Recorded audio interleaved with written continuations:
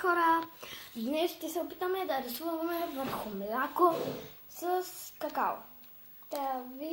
Както виждате, какаото. Аз съм взела на Nesquik. И съм го отворила даже. И мляко с лъжичка, може в чашка, може в купичка, както се вие предпочитете.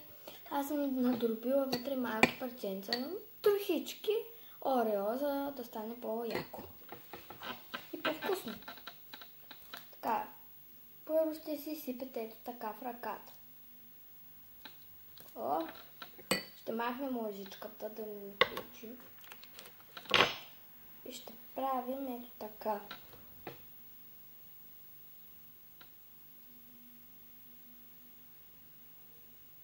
И така дробите, както виждате.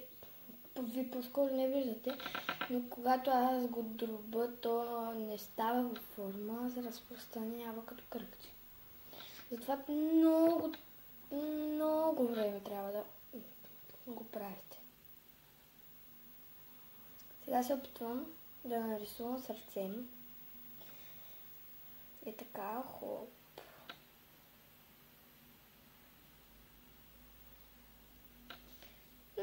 Вие просто си дробите какаото в чашката и готово.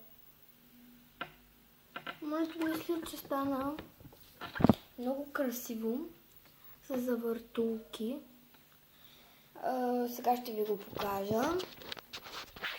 Ето го моето какао. Има завъртулки. Ето прилича малко на дърво. Така, хора, съжалявам че клипчето е толкова лошо, но просто няма много техника. Така, хора, благодаря, че гледахте това видео. Ако ви е харесало, може да дадете палче нагоре, долу в коментарите и може да напишете още идеи за интересни видеоклипове. Може да го споделите с приятелите си и да се абонирате за канала ми, за да получавате известия, когато аз кача нов клип, който може да е ваша идея. И така, сега искам да ви покажа моята чаша с Кока-Кола, която е закупена от кино, но май вече не се продават такива. Ето я, нея. Ето я. Това е тя. Има пластмасова сламка, която не може да излезе.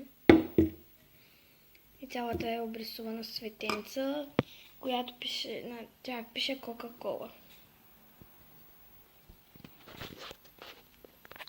Благодаря, че гледахте днешното видео.